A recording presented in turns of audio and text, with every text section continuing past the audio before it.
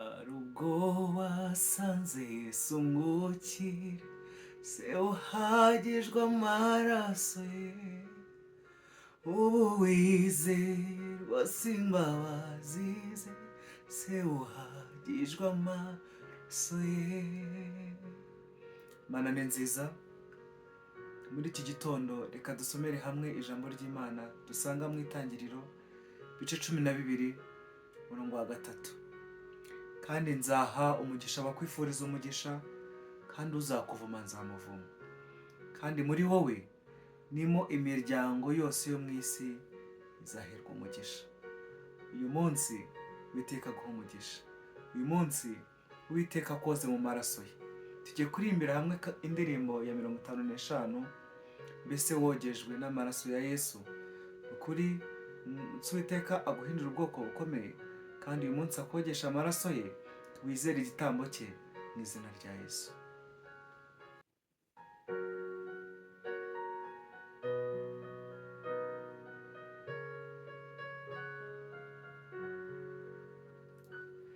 Hari ubwo wasanze Yesu umwukire, se uhagijwe amaraso ye, ubu wizeye rwose imbabazi ze, se uhagijwe amaraso ye.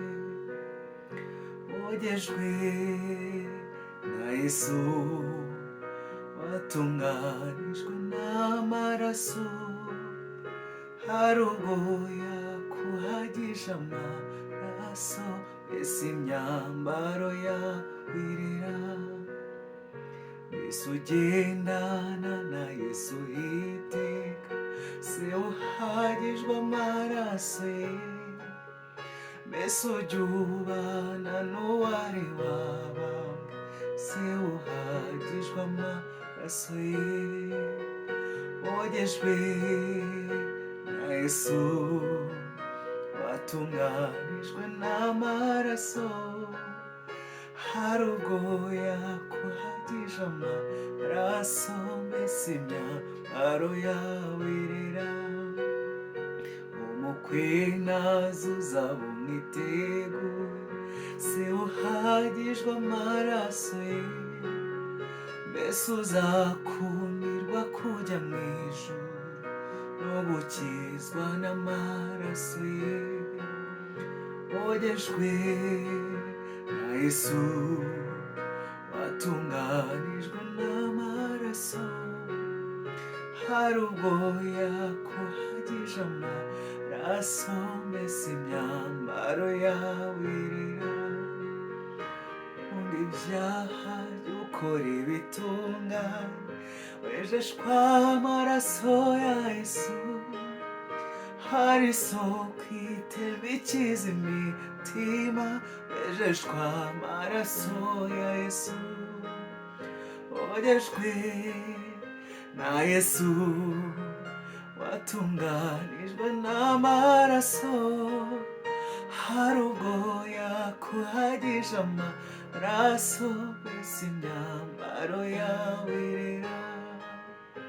Wogejwe na Yesu, watunganijwe n'amaraso, hari ubwo yakuhagije amaraso, mbese imyambaro yawirira.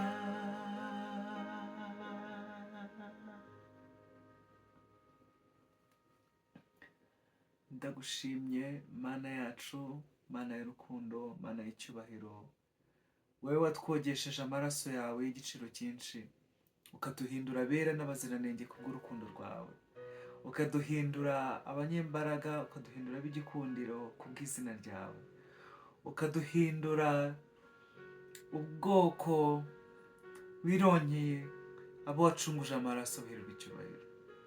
Databuja, muri iki gitondo cy'umugisha ndagushimiye, mushimiye kugira neza, mushimiye imbabazi, mushimiye urukundo, mushimiye byinshi bitarondoreka. Umutima wanjye wuzuye amashimwe ku bya byinshi wankorera.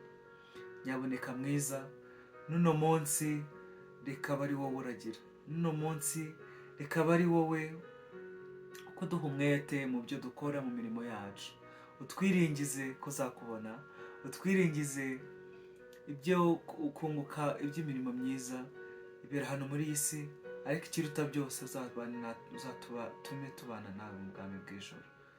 Nyabuneka mwiza data, tugiye kubyuka, reka imbaraga zacu zibure, gushaka kwawe kwiganze, tubyakire mu izina rya Yesu.